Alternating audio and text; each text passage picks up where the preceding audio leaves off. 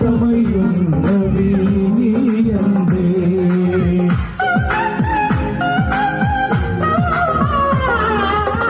బుద్ధియు జ్ఞానము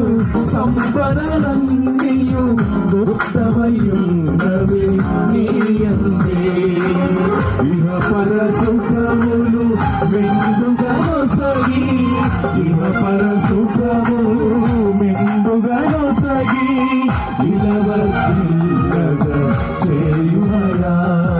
దేవారావయ్యా దేవారావయ్యా కళ్యాణం కమనీయం ఈ సమయం అతి మధురం కళ్యాణం కమనీయం ఈ సమయం అతి మధురం దేవారావయ్యా